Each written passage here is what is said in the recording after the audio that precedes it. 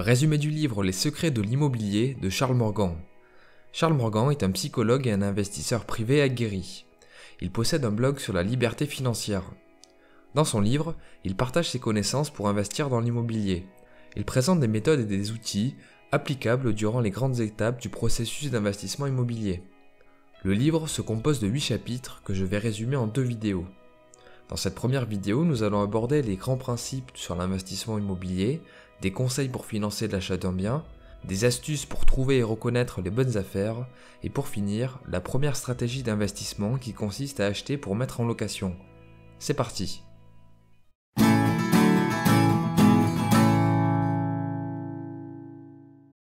Pour l'auteur, l'immobilier est le meilleur moyen pour s'enrichir.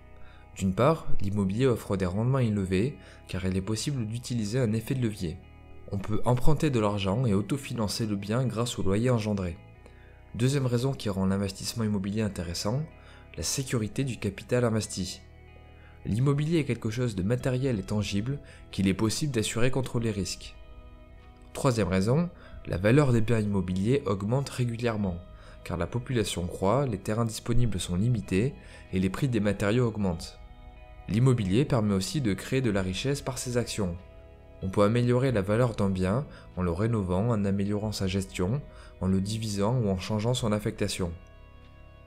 L'investissement immobilier permet aussi de se protéger de l'inflation, de payer moins d'impôts, de se constituer un patrimoine, et enfin, l'investissement immobilier permet de développer son indépendance financière, car il est possible de générer des revenus passifs. Après avoir expliqué les raisons qui font que l'immobilier est un excellent investissement, Charles Morgan détaille les grandes étapes du processus d'achat. Il commence par le financement. Le financement d'un achat immobilier est fonction de 3 composantes: ses objectifs, sa capacité d'emprunt et la répartition de ses sources de financement. Dans un premier temps, il faut choisir une stratégie d'investissement adaptée à ses objectifs. L'auteur présente 2 grandes stratégies d'investissement immobilier. Première stratégie, acheter pour conserver. L'objectif est d'autofinancer l'achat d'un bien et de générer un flux de trésorerie positif grâce à l'encaissement des loyers. Il s'agit d'un investissement long terme sur plus de 5 ans. Pour cette stratégie, que nous détaillerons plus tard, l'auteur conseille de faire un emprunt à taux fixe sur une longue période. La seconde stratégie consiste à acheter pour revendre. L'objectif est d'acheter en dessous du prix du marché et de revendre le bien rapidement, quitte à rénover un peu. L'horizon de placement varie de quelques mois à quelques années. Le financement de cette stratégie repose sur un emprunt à taux variable avec un levier maximal de rendement. Je détaillerai ces stratégies dans la seconde vidéo. Quoi qu'il en soit, peu importe la stratégie choisie, il est indispensable de déterminer sa capacité d'emprunt avant d'investir. Les possibilités de financement dépendent de la situation et des ressources de l'emprunteur. On peut noter qu'il existe plusieurs sources de financement: ses fonds propres, l'argent que l'on possède, un crédit hypothécaire, un crédit bancaire, et ou un emprunt à court terme, un prêt à des proches, une hypothèque rechargeable ou un autre deuxième crédit à la banque. Les crédits hypothécaires sont les sources de financement les plus classiques. La banque prête de l'argent à l'investisseur pour qu'il puisse financer l'achat du bien. La banque se rémunère grâce aux intérêts du prêt et le bien acheté fait office de garantie. C'est-à-dire que si l'emprunteur n'est pas en mesure de rembourser le prêt, alors la banque se saisit de la propriété pour récupérer son capital. L'auteur partage plusieurs recommandations pour financer son investissement. Pour en citer quelques-unes, être certain d'acheter un bien de qualité avant de contracter une dette, avoir une réserve financière au cas où les choses tourneraient mal, chercher le taux d'intérêt le plus bas, mettre de l'ordre dans ses finances personnelles avant une grande dépense. Après avoir présenté les bases du financement, Charles Morgan explique comment trouver et reconnaître les bonnes affaires. Dans un premier temps, il propose de tenir compte de 7 critères d'achat. Il y a d'abord l'emplacement. Idéalement, la propriété doit être située dans un quartier agréable avec des espaces verts, où le niveau de criminalité est bas et où le bien doit être à proximité des transports, des écoles et des commerces. Deuxième critère d'achat, le type de bien immobilier. Il faut choisir entre des maisons unifamiliales, des appartements, des immeubles ou encore des locaux commerciaux. Troisième critère d'achat, les caractéristiques du bien, le nombre de chambres, la surface, etc. 4. La gamme de prix. 5. L'état du bien et l'ampleur des travaux. Le profit minimum si la stratégie est d'acheter pour revendre rapidement, ou le cash flow minimum si la stratégie consiste à acheter pour conserver et mettre en location. Pour trouver des bonnes affaires, il est indispensable de se renseigner sur le marché immobilier local. Pour cela, il y a deux options. Suivre l'avis de quelqu'un qui connaît le marché, ou devenir soi-même un expert du marché immobilier en faisant de nombreuses visites. Se renseigner sur le marché immobilier, c'est aussi comprendre ses cycles. Une fois que l'on connaît ses critères d'achat et que l'on s'est renseigné sur le marché immobilier local, on peut alors chercher les bonnes affaires.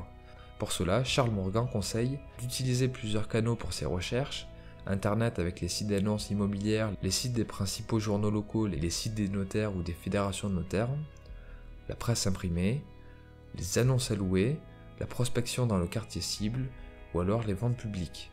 Le deuxième grand conseil est de visiter un grand nombre de propriétés et de tenir un journal de recherche.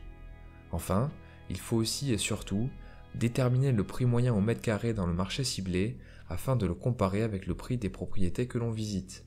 L'idéal est de trouver un prix au mètre carré inférieur au prix du marché. Dans la 4e et 5e partie, l'auteur détaille les deux grandes stratégies d'investissement immobilier. La première stratégie consiste à acheter pour conserver et louer. L'objectif est de générer un cash flow positif, c'est-à-dire un flux de trésorerie excédentaire. Les loyers mensuels perçus doivent être supérieurs à la somme des remboursements d'emprunts et à la somme de toutes les dépenses payées par le propriétaire, les factures, les taxes, etc. D'après l'auteur, il existe une multitude de types de biens immobiliers adaptés à cette stratégie d'investissement locatif. Néanmoins, le meilleur type de bien est un immeuble de rapport déjà opérationnel qui ne nécessite pas de travaux. Un immeuble de rapport est une propriété qui possède plusieurs unités locatives. L'investissement dans un immeuble de rapport permet de diluer le risque. Dans le cas d'un appartement simple, si le locataire ne paie pas le loyer ou si personne n'occupe l'appartement, alors le propriétaire ne touche aucun revenu. Par contre, dans le cas d'un immeuble de rapport, si un des locataires ne paie pas, l'investisseur touche quand même les loyers des autres occupants. Concernant le financement, un immeuble de rapport coûte généralement plus cher qu'un simple appartement. Néanmoins, il est possible d'obtenir un emprunt plus conséquent. En effet, les banquiers considèrent les revenus locatifs comme un supplément de revenus. Il est donc possible de réaliser un emprunt supplémentaire correspondant à 75% des revenus locatifs mensuels estimés.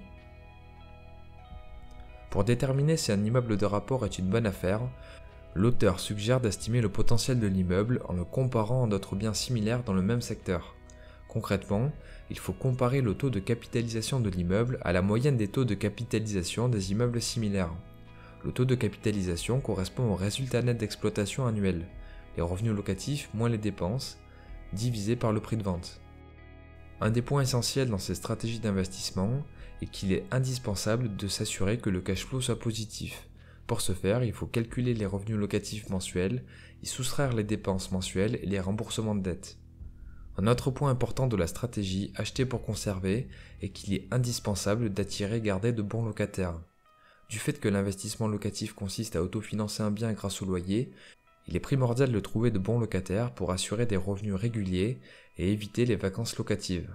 L'auteur partage 4 recommandations.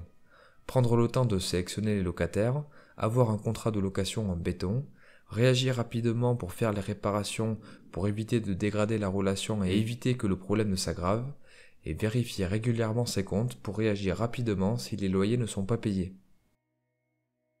C'est maintenant la fin de cette première partie. La seconde vidéo résumera les 4 derniers chapitres. Nous verrons la deuxième stratégie d'investissement qui consiste à acheter pour revendre, des techniques pour négocier, faire une offre et acheter, des astuces pour débuter lorsqu'on est pauvre, et un plan pour acheter en 8 semaines. Comme d'habitude, n'hésitez pas à liker, commenter et partager la vidéo. C'était Mr. Fanjo, à très vite.